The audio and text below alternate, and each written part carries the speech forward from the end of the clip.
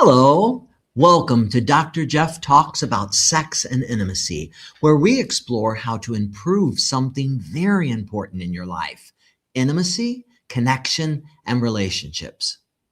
I'm Dr. Jeff Albaugh, and this podcast is about accurate, compassionate information about sex, intimacy, and relationships so we can replace confusion and shame with knowledge and connection. Who doesn't need more of that? Today, you're joining us for episode 56, Mindful Love, How Presence Transforms Couple Relationships. Whether you're watching us live or listening on the recording later, every moment of your amazing life counts, and I count it as a true blessing and a gift to have you joining us to improve your life. I sincerely thank you for being here. You know that you are exactly why this podcast exists. We're connected across so many platforms: Facebook, YouTube, X, LinkedIn. If you're on X and you have to submit a question, hop over to YouTube, LinkedIn, Facebook, or StreamYard so you can interact with us directly. And if you're a follower on Facebook, follow us. The more people that follow us, the more we can do on Facebook. And we appreciate all of our followers, wherever you are. Visit the website to learn more about upcoming episodes. We have so many great episodes in there. You know, there are more than 50 wonderful episodes with expert guests that just provide the most awesome information. And I hope you'll go there and watch some of those amazing episodes. And you can pull up the calendar and see what's coming up all the way through May. We can go with you wherever you're going. If you're on the road, you can stream us. Whatever your streaming service is, Spotify, Amazon Music, iHeartRadio, whatever it is, we're going with you. Take us on the road. Dr. Jeff Talks About Sex and Intimacy. When you're working out, we'll work out with you. We're there with you on your favorite streaming service, so don't forget us. As always, I would like to remind you that all are welcome here. Everyone, whatever your sexual orientation, your gender identity, or your relationship style, I hope you know you are very, very welcome here in this space to learn. And we're so glad you're with us. And we're so glad that you are the amazing you that you are. The mission of the podcast is really, really simple. We're basically here to empower and enlighten you with evidence-based scientific information that improves your sexual health, that deepens your relationships so you can live this one miraculous life more fully and more lovingly. So, tonight, today, whatever it is for you right now, are you truly present in your life, in this moment? In whatever moment it is in your life? Do you ever feel like you're on autopilot? Researcher and author and psychology professor Dr. Ellen Langer believes we live every moment in life either mindfully, or mindlessly. We're either there or we're on autopilot. Often we're on autopilot. How can we be more present in our lives? Today's episode invites us to slow down and tune in. We can do everything mindfully. And when we say mindful, it's not this we're talking about. We're talking about being present in the now, being fully present. So if you're using all your senses to be fully present, if you're eating, to really taste and smell and sense and be fully present with that food.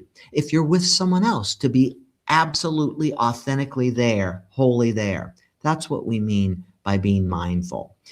So we'll explore how mindfulness can help couples to step out of autopilot, to deepen emotional connection and respond to one another with greater intention and compassion. If you've ever felt disconnected despite loving your partner, this conversation offers practical insights and hope. Yunzhi Ariel Zheng is a couples therapist, a relationship researcher specializing in mindfulness and relational well-being. Her work focuses on how present moment awareness, emotional attunement, And intentional communication can help couples navigate conflict, enhance intimacy, and cultivate more fulfilling partnerships. Drawing from both her clinical practice and her research, Ariel integrates mindfulness-based approaches to support couples in building resilience, that bouncing back resilience, authenticity, and deeper connection in their relationships.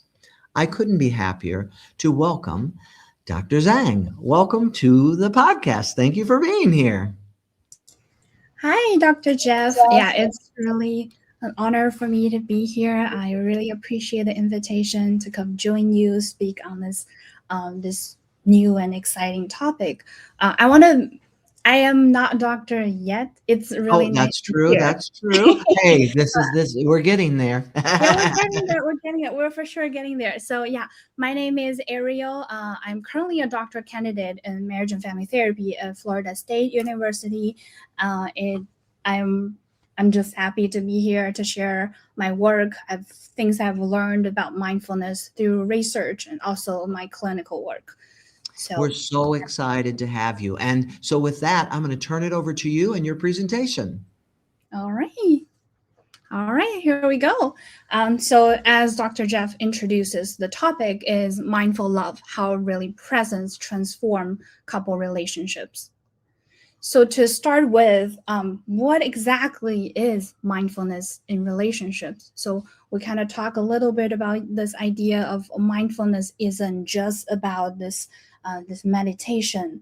Mindfulness is really a way of being rather than just a way of doing. So, trait mindfulness is typically like your tendency of being mindful in everyday life.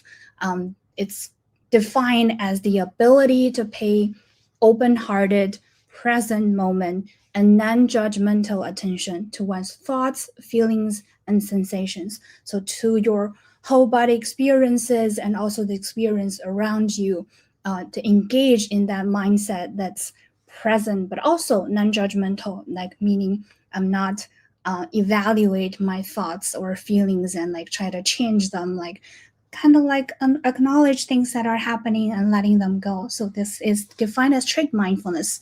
Um, what is like to bring that trait mindfulness into your relationships? So some examples to start thinking about this idea. So think about when you and your partner have a conflict. So when conflict shows up in your relationship, mindfulness is less about doing something right, and more so about tuning in what's unfolding inside you in the very moment. So you might notice when you're arguing with your partner, you might notice your shoulder tense.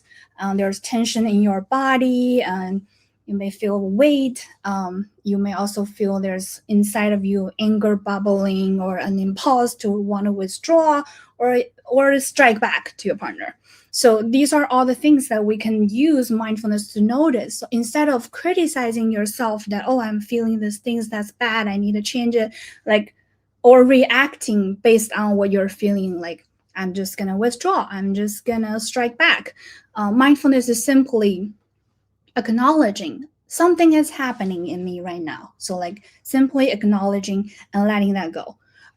Also, this is during conflict. After conflict, it matters not like probably as much as during conflict. It's feelings like hurt or resentment that you felt after the conflict. They don't always automatically disappear right away. Sometimes you can hold on to those things, and when we're not really paying attention to these lingering things, they can keep going on in the background and like start unconsciously influence how we connect with our partner. If I'm unconsciously holding on to this resentment from that conflict, even though we didn't name that, that can still show up in the way I'm interacting with my partner. So becoming aware of those emotions give us a chance to work with them rather than letting them shape the relationship from the sidelines. So these are during conflict, after conflict, what that would look like. Another example I wanted to start with is also this applies to everyday stress too. Say you come home carrying tension from a difficult day at work. Without that mindful awareness, that stress, that work stress that carried with you might just come out as irritability or emotional distance when you're trying to interacting with your partner. And without a clear understanding of why, that would just like kind of, you would just come home and being less patient and probably more passive aggressive. So if we bring in, we tune in and notice, okay, it seems like in my mind I'm replaying what's happening at work, that really creates a pause, a space for us to slow down and recognize the tension or the loop of stressful thoughts, so we can choose how to engage rather than letting stress, just work stress, quietly bleed into our relationship. So really, I want to start with defining this, and hopefully using that examples that can give us a little better understanding of what it's like to really be mindful in relationships. And I want to step back a little bit. Like, you may ask, like, why should I even care about mindfulness as an individual? Like, why? So this idea of mindfulness originated from Eastern philosophy. Culture has deep cultural roots in it, but recent decades of scientific research has continuing to show this individual benefit associated with mindfulness. That being said, like physical benefits, mindfulness has been shown to reduce stress. First of all, the stress reduction effect, also lower your blood temperature. It also helps enhance relaxation and enhance your sleep quality. And mental health wise, mindfulness has been linked to this improved focus and concentration, allows you to better focus and show up in the present moment. Also helps you reduce anxiety and depression. So reduce the negative affect. And also it boosts your emotional regulation by allowing you to better differentiate, better noticing emotions, differentiating different emotions, and regulate those emotions from there. And of course, that will give you more resilience during difficult times. So this is why should we as individuals care about mindfulness? And why should couples care about mindfulness? Like, why should I think this is relevant for my relationship? So we give a little bit example earlier. I want to pull up this model that I really like. I'm a huge fan of this scholar's work. This is a theoretical model. It might look a little overwhelming, but I want to walk through this kind of with all of you. But before that, I want to quickly mention, like, my before I get into this field of mindfulness in relationship, I was really more so like a stress researcher. Like, I study and try to understand how stress impact relationship, external stress, financial strain. We talk about work stress and even racial discrimination, like this kind of external stress, how it undermines our relationship functioning, and relationship deteriorate under conditions of stress.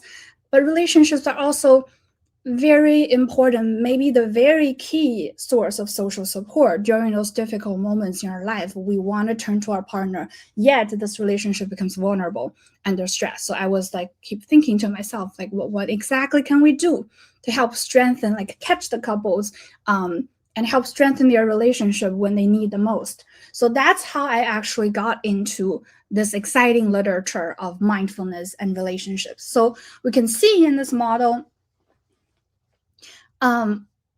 mindfulness is conceptualized. So there are two people, like two partner A and partner B. And also there's basic mechanisms. So these are the basic mechanism of mindfulness. And also through this basic mechanism of mindfulness then boosts relationship processes and eventually boost your relationship outcome. It might sound a little bit abstract. Let's break it down a little bit. So we can see when partner has higher levels of mindfulness through the basic mechanism, starting with awareness of this otherwise implicit processes. So awareness of this automatic reactions that's going on. Mindfulness helps people notice like things like irritation, resentment, urges to retaliate, emotional withdrawal, before they turn into behavior. So we notice those automatic reactions that's going on there before we let them actually happen. So it kind of put a pause between impulse and action. So create this acting space for you to choose to react intentionally. And also through emotional regulation, mindfulness boosts relationship processes. So mindfulness doesn't remove emotions, it changes how we relate to them. You will still probably feel anger or hurt, but you're at less likely to escalate or suppress. You're less reactive. So you can feel angry without really becoming like let the anger get out of control and escalate within the relationship. You can name that I'm feeling angry in the moment. I'm feeling this in my body, and that helps you regulate that emotion. And this matters for relationship processes um, such as like we talk about this stress thing. Like if we're better able to regulate our stress reactions, that helps during those difficult moments. And the third, executive control, we're looking at like the third mechanism is executive control. So this is essentially self-regulation. So mindfulness strengthens this self-regulation. So help us have the ability to override some automatically not so nice response we want to have in the relationship. So this matters for forgiveness, for sacrifice, not saying the things you will regret later during the moments. It's kind of like I notice this urge to win this argument and I don't act on it. So, enhance self regulation. And also through self other connectedness. So, this idea of mindfulness is linked to empathy, perspective taking, closeness. It's not just self control, it's feeling more connected to your partner as a person. And we can see, so these are the basic mechanism. We just talk about them, and through them, it would shape how we respond to our partner, how we feel in the relationship, and how we think about our partner. So for example, pro relationship motivation, because you've noticed the self interest impulses to say things to hurt your partner or whatever, and you have the capacity to choose long term relationship goals instead in that moment. I'm gonna not say those things, but instead I'm gonna choose to do something that's gonna be beneficial long term for my relationship. So mindfulness supports the transformation of motivation, choosing us over me. And also, mindfulness helps by reducing overall stress reactivity. We'll talk a little bit about this, helping partner notice stress before it contaminates your interactions, improving your communication about stress. I realize I'm snapping because of work stress, not because of my partner. And also, it through relationship cognition. So essentially, how we think about our partner. Mindfulness is linked to partner acceptance, like not constantly trying to fix each other, but just allowing each other to be the way they truly are, and also accepting fluctuations in relationship satisfaction. This may be a little abstract. So essentially, um, on a day-to-day basis, are we might not be the exact level of happiness in our relationship. On some days we may feel happier in our relationship, on other days when things are hard we may feel less happy, not as happy in the relationship.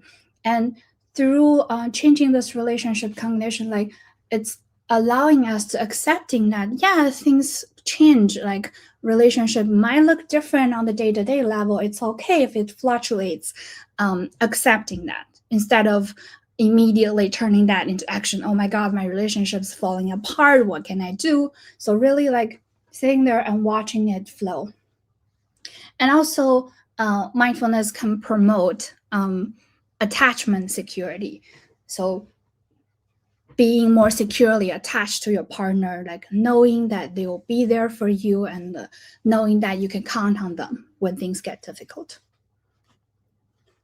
All right, so through all of this relationship processes, mindfulness eventually helps us feel better in our relationship, report higher relationship satisfaction. All right. And Yeah, I think that was more like a theory model. And also this area is relatively newer, like mindfulness in couple relationship. It's definitely newer than mindfulness research in general as a field. But overall, in existing research has been painted a very clear picture that this is linked to better conflict resolution, better sexual functioning, higher sense of connectedness, increased forgiveness and gratitude, and also is linked to partners report of relationship quality, meaning if I am able to be more mindful in my relationship, not only does it boost my own relationship happiness, it also boosts my partner's relationship happiness, given how relationship is such a dynamic process. So that's very powerful than just boost my own happiness. um, Also, as we talk about this, mindfulness buffers negative effects of stress. So when I'm stressed, if I'm more mindful, first of all, I may just perceive less stress. I may just not be as reactive to stress. Also, I'm better able to separate what is truly my response to that stressor versus what's my response to my partner. So being able to separate that will also help protect your relationship. So this is what research says about relationship benefit of mindfulness. So it is very exciting. It is a powerful tool. And I want to talk like the switch gear a little bit. We talk about theory. We talk about research. I want to also talk a little bit about relationship focused mindfulness activities. So these are some simple activities you can do with your partner to increase your mindfulness level together. And these are there are some great resources on Dr. Shalom Leavitt, which is she's an expert in this area, and she does a lot of exciting work on sexual mindfulness as well. So I was able to find some very cool resources on her website. Essentially, I want to introduce three relationship focused mindfulness activities that I think are really easy to start implementing in your day to day life. The first one is called Heads Together. So essentially, so for all of these activities, you do start with gentle breathing, so slowing down and breathing and paying attention, paying that non reactive, accepting attention to your breath.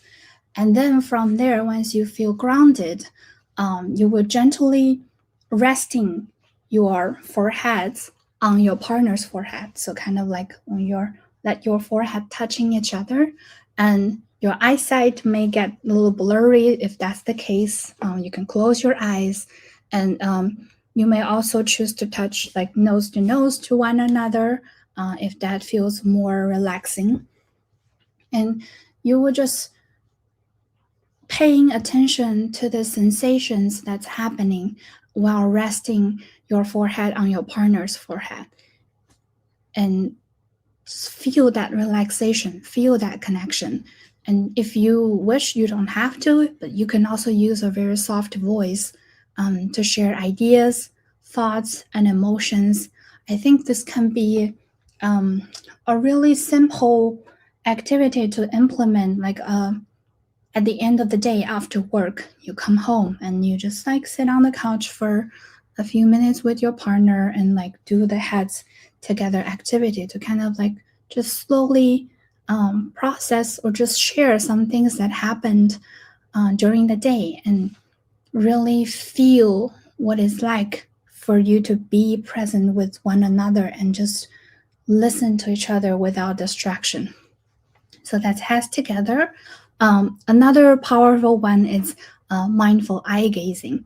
So similarly, you start with sitting across from one another, and you do some grounding, breathing, breath in, breath out very slowly, and grounded in how you're sitting across to one another, and then start making and maintaining eye contact with each other. So it's not like you're staring at each other, but it's more so like an accepting, gentle way of gazing at each other's eyes, to really recognize the deep down goodness in each other's eyes through this process. and paying attention again to your body sensations and also to your partner.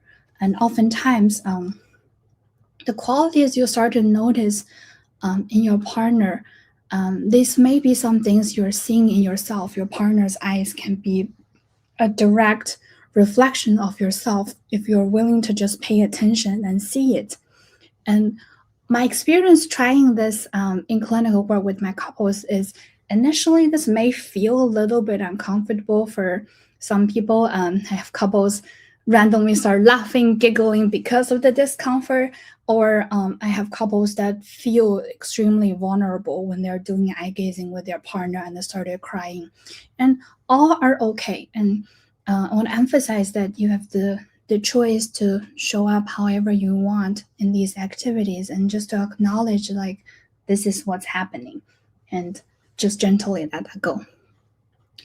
And third activity I want to introduce, it's called mindful couple walking.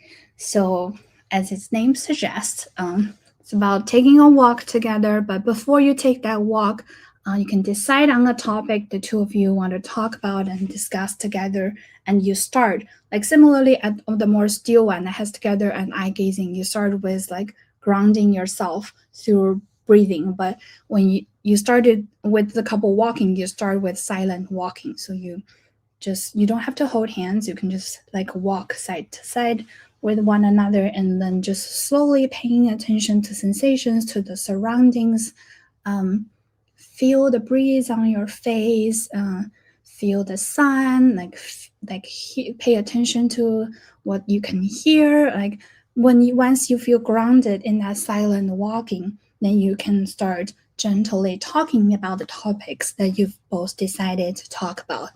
Um, yeah, so these are three relationship focused mindfulness activities that you can do, but also like it doesn't have to be with your partner. There, as Dr. Jeff kind of mentioned in the beginning, there are also a lot of individual focused mindfulness activities like loving kindness meditation, 3 minute breathing space. There's also mindful walking, mindful eating, um, all sorts of different like also their length can vary, so you can choose however long that works for you. Like if you just started trying this, you may want to start with something that's a little bit simpler and shorter on your own time. And if you like search things in YouTube or just broadly on the internet, like there are tons of free resources that's there, like audio or video resources that can help you get into trying it out. All right. And next, I want to talk a little bit about incorporating mindfulness in your relationship. So we talk about some activities we can do, but really, it doesn't have to be those activities. Like we said, it's a way of being rather than a way of doing. So you really can do a lot of things in your own daily routine to engage in that mindfulness within yourself. We talk about if one partner has high mindfulness, that can also boost your partner's relationship happiness. So if you want to engage in more individual focused mindfulness activity, and that's totally okay. Or if you want to engage in just slowing down when you are commuting to work and like in your daily routine, find the time here and there to just slow down, and that works perfectly fine in terms of boosting your partner's relationship experience as well. And also the second way you can incorporating that is as a shared activity with your partner, like these different relationship focused mindfulness activities we talk about, that you can incorporating that doing together with your partner, and use that as a moment of connection and intimacy, and also use that as a moment to boost both of your mindfulness level. And third is during your everyday interactions with your partner. You don't have to be doing these activities with your partner. It's when you are engaging with your partner, when you're talking with your partner, when you're thinking about your relationship. It's like this simple. It can be really simple. It's like changing, pause and be like, am I really present? Am I really here? And if not, can I readjust, and like can I show up, and can I really be here in this very moment? So these are like really different ways to incorporating mindfulness so it can benefit your relationship. And also, I want to highlight that this approach, like mindfulness, is great. It's really beneficial. But it may not be the one size fits all approach. I really don't think for relationship there's a one size fits all approach. People may react differently to the same activity, to the same intervention. So I want to acknowledge that sometimes in some relationship, being mindful in that relationship can be difficult. So I think of some potential scenarios I want to walk us through. First, it can be triggering for some people, like quietly sit there and focusing on sensations and focusing on thoughts and feelings and letting them go can be triggering for some people, especially if they have trauma background, if they really struggle with PTSD. So in that case, I think it's important to emphasize choice. So it doesn't have to be a forced thing. If those discomfort the start to show up, and you can gently acknowledging that, and you don't have to continue forcing yourself to do it, and you can just walk away and re-engage next time. Also, in some relationship, especially I think if there's violence in the relationship, like I don't think this would be a good thing to engage for sure, and I think it definitely complicates the situation. Um, Also, if for I think for some young couples, especially when both are working and very busy and stressful, they may feel like I just can't find that mindset. I just can't find that time and that energy to really engage in this. That feels like an extra thing to add on to my already very long to-do list. So I want to emphasize, like in this case, you maybe it's not the best idea to try those more still focus, like the breathing ones, the loving kindness ones, those ones that require you to like sit down and like in a more still state. You can do something that's more movement based. So you can engage in mindfulness while you're driving to work. You can engage in mindfulness while you're just walking from the parking lot to your workplace. You can engage with mindfulness while you're cooking, like really paying attention to how you're cutting things, how it feels, how it smells in the kitchen, um, and how the texture feels. So really, like you can incorporating that through more movement based activities. And also, I want to highlight maybe for some individuals, I think especially I'm seeing this more in couples where one person may struggle with more severe chronic illness and the other partner kind of assume this role of being the caregiver. If that's the case, when we are trying to direct their attention to focus on the sensations, feelings, and needs that are going on within themselves, they may feel the sense of conflict. They feel conflicted and reluctant to engage in that, and that's okay too. So I want to acknowledge that the discomfort with focusing on oneself sometimes may get in the way and makes being mindful in relationship difficult sometimes. So yeah, these are kind of the research and like some powerful daily tools that you can start using and trying. I hope this can be helpful.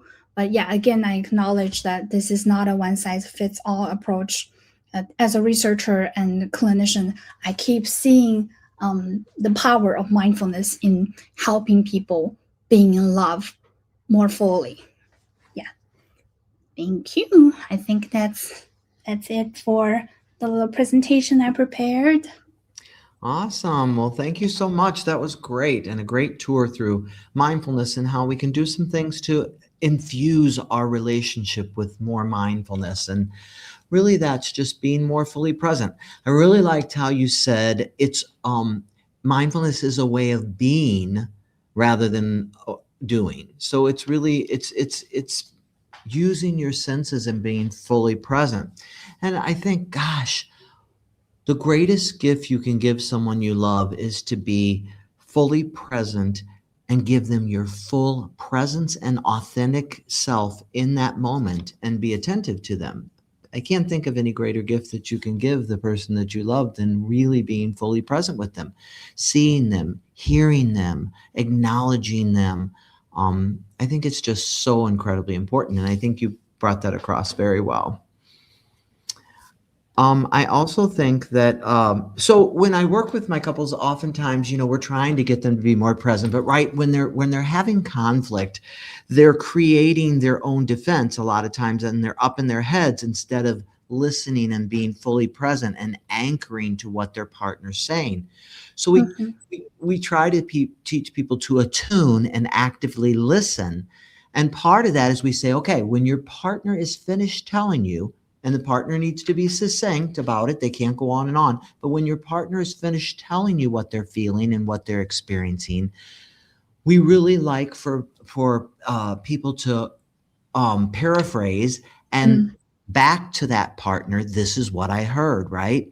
It Mhm. feels awkward in the beginning, but it's an amazing technique that acknowledges the person who's speaking, that I care about what you said, that I really want to get it. And then it makes sure that I really got it. Is this the message you were sending? So I think that restating and paraphrasing can be really helpful to get them out of their mind with defensiveness and thinking, what are they saying? I don't do that, into what does my partner, this person I love, really want me to understand, right? So it pulls them present and forward and anchors them to what their partner's saying, because they're going to have to restate it in a minute. Yes, I'm so glad you brought it up. I was thinking exactly the same thing. I think in working with couple in couple therapy, sometimes when we are not directly teaching mindfulness focus, and when I'm not like just tell them to do a mindful eye gazing, when I'm just engaging in a speaker listener technique with the couple, it is a great way to help them cultivate that present moment awareness. And I think also like if that comes from a therapist at the beginning, it might be easier to like get into that cycle of really start trying this. Like it feels like, yeah, as you mentioned, it may feel a little bit weird in the beginning. I use sometimes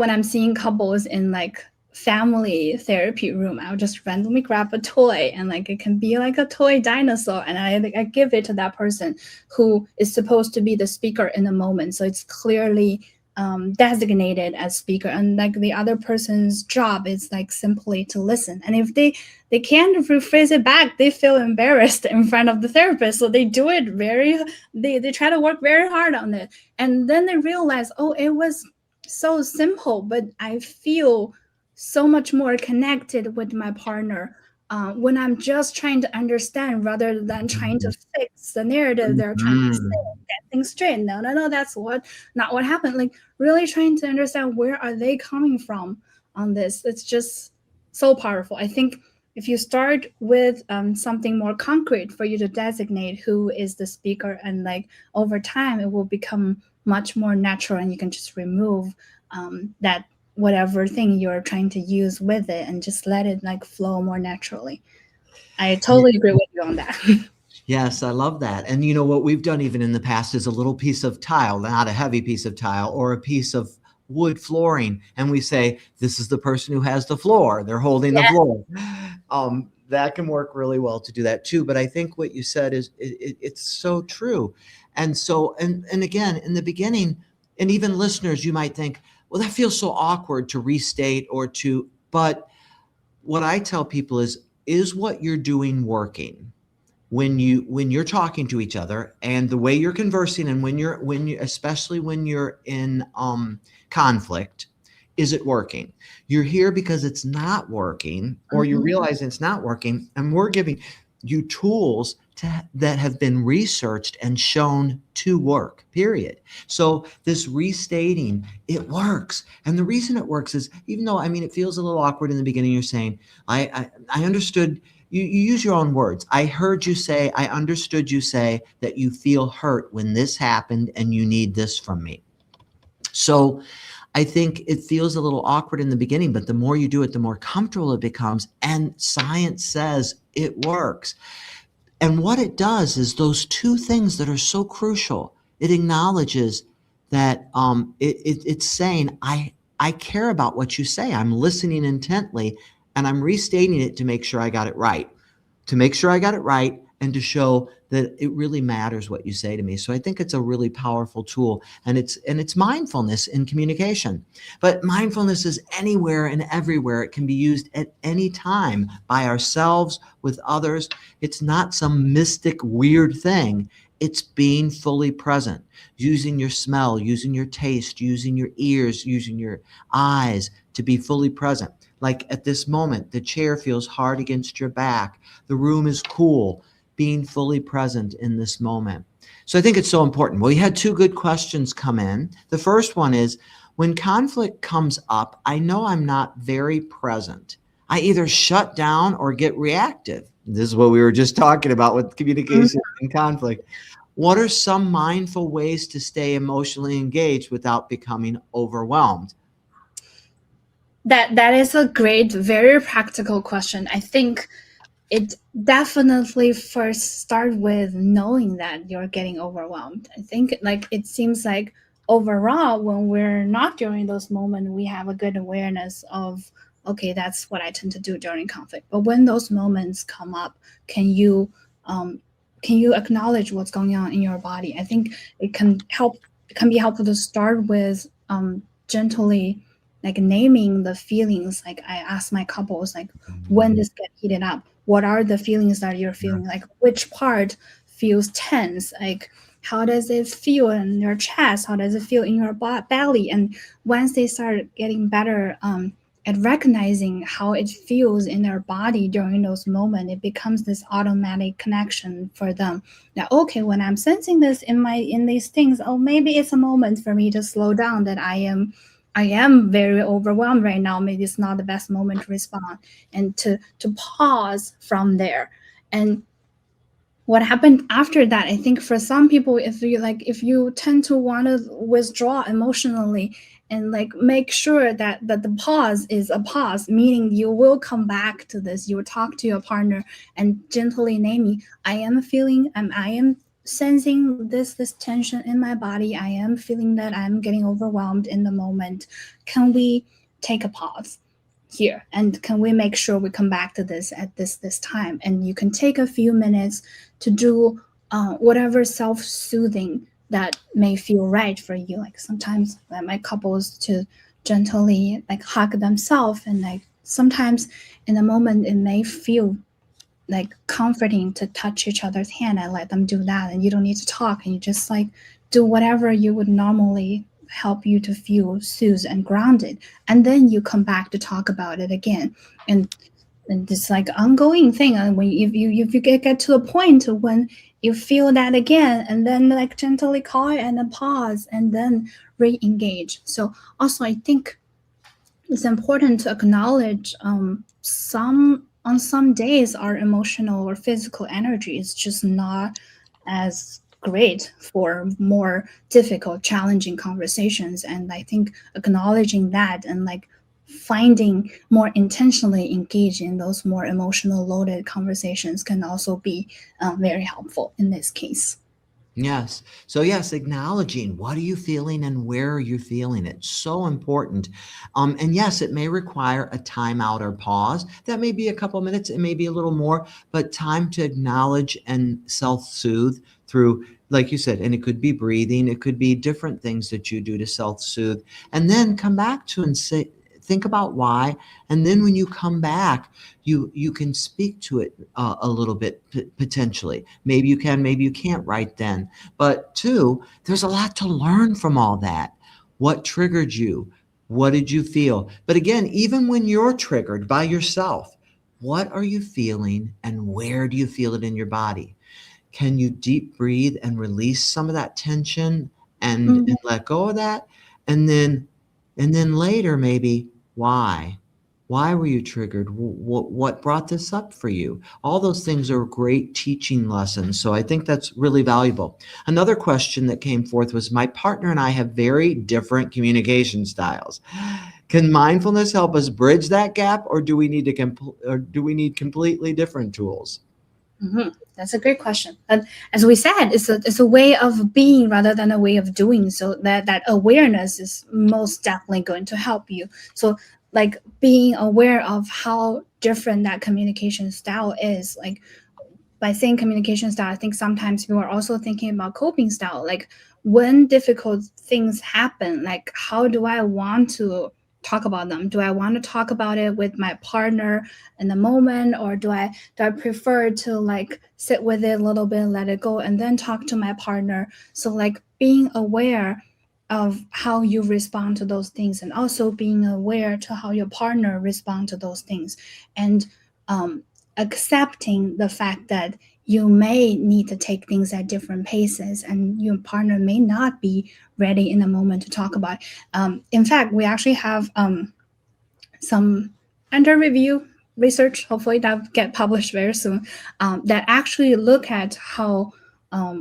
co-rumination and mindfulness interact together. So co-rumination is kind of like, you can think about it as more interpersonal emotional regulation strategy that partners just want to keep processing difficult things and keep talking about how negative it makes me feel, the consequences, and why I don't understand this part. So get stuck in that negativity together.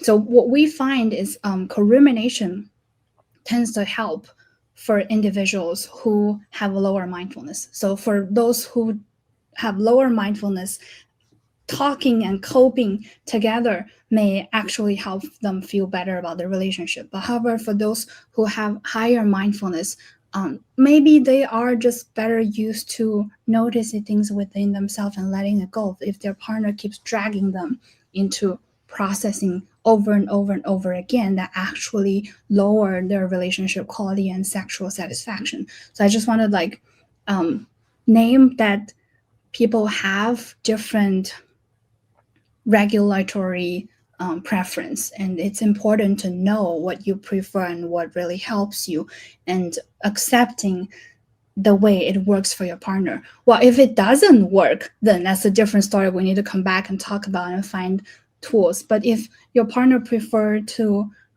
sit with this a little bit and come back to talk about it, you prefer to talk about it immediately, can we acknowledging both things are the adaptive ways that we have learned over time, and in this relationship can we meet in the middle ground? Can you have maybe like, can you tell me how long you would need to sit on that alone, and so I don't have to constantly sitting on that anxiety that we haven't talked about it, if that makes sense.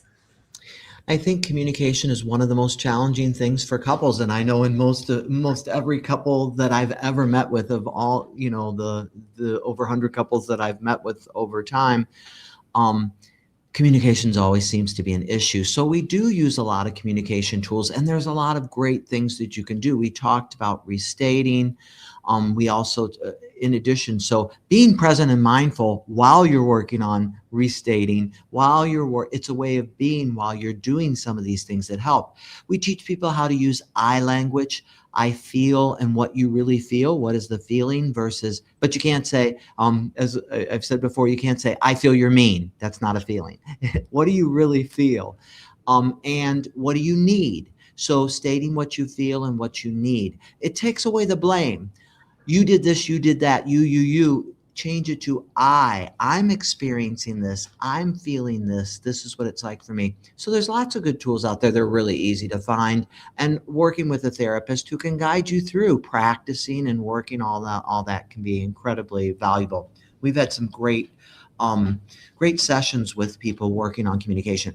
And I love too how you talked about the eye gazing. We do it too, and it can be really awkward in the beginning, but when they get used to it, it can be very deeply moving. And dopamine, research has shown, will elevate and raise and make you more bonded from eye gazing, just from looking in each other's eyes. You talked a little bit about hugging, and I love that too. Hugging for 20 seconds, that's not a really long time, increases dopamine. And if you don't have someone to hug, You can hug yourself. That's okay too. So, but I think in this world right now, that connectivity, especially post-COVID, we've lost that human touch and that human connectivity. So that eye gazing, talking to someone one-on-one, face-to-face versus on Zoom or on the phone, interacting directly with them, maybe holding hands as you're speaking, or walking side by side, or laying together where you can feel their heartbeat near you. All of those things, cuddling and hugging. We need more of that in our world. More love, more connection. So this has been great. I'm going to do our centering exercise, and we're gonna because it's been such a great episode, and I'll come back to you in just a few minutes. So as we do at this point, what we're going to do is, as we come to the close of this episode, let's just take a moment to pause and settle. In all episodes in this episode about mindfulness, if you can, you could place one hand on your chest or somewhere that feels grounding to you. Get comfortable with your feet flat on the floor. Place one hand on your chest or wherever it feels grounded. Take in a slow breath in your nose and a long, easy breath out your mouth. You can breathe in and out your nose or mouth as well, but if you're able and your nose is clear this time of year, which can be challenging, breathe in your nose and exhale gently out your mouth. Bring to mind someone you care about deeply. As you keep breathing, perhaps that's a partner or even yourself. Self-love is important and essential. Bring to mind yourself or that person that you love. Notice what happens in your body as you hold them in your awareness, without trying to fix, without judging or changing anything. Now gently reflect on this question. What might shift in my relationship if I showed up just a little more present? What might shift in my relationship if I were more present?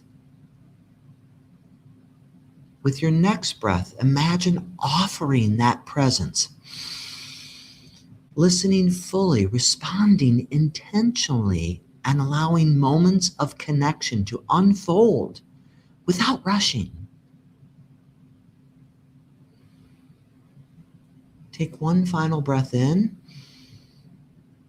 and out. As you return to your life and your day, carry this intention with you as you go. Presence is not another thing to do. It's how we choose to be, with ourselves and with one another. It's a way of being, not a way of doing. And we all need to do a little more being rather than hustling, bustling, and doing. We so appreciate you. And Vic, can you tell us a little bit about what is up next week? I can't wait for next week's episode, and I know what it's about. Tell them what it's about.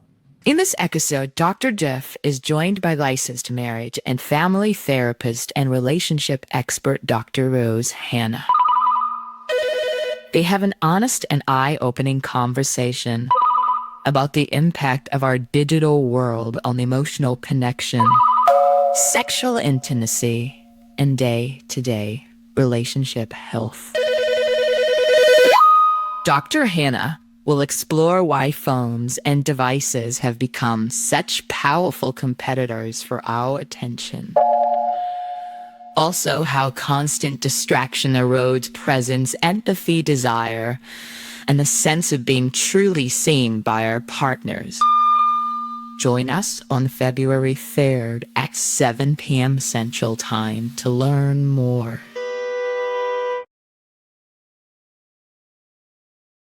Vic, I love what you do with those teasers. That was so good. And I'm so excited about put down your phone and pick up your life and your love.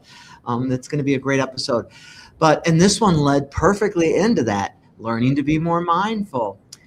Ariel, I can't thank you enough for sharing all those insights and expertise with our listeners. It's been just so wonderful. Is there any final thought you would like to give listeners before we close out?